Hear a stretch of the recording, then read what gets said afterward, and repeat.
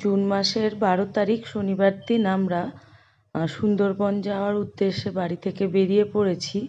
আর রবিবার দিন সকাল সকাল পৌঁছে গেছি শিয়ালদাতে। অনেকখানি সময় থাকার কারণে ওয়েটিং হলেই আমরা কিছুক্ষণ ছিলাম। সেখানেই আমরা স্নান করে নিলাম। আর স্নান করার পরে কিছুক্ষণ আমরা বসেছিলাম ওখানে।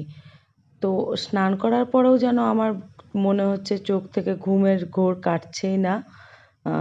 যাই হোক, তারপরে সেখান থেকে বেরিয়ে পড়লাম হচ্ছে শিয়ালদা লোকাল ট্রেন ধরবো ক্যানিং যাওয়ার জন্যই।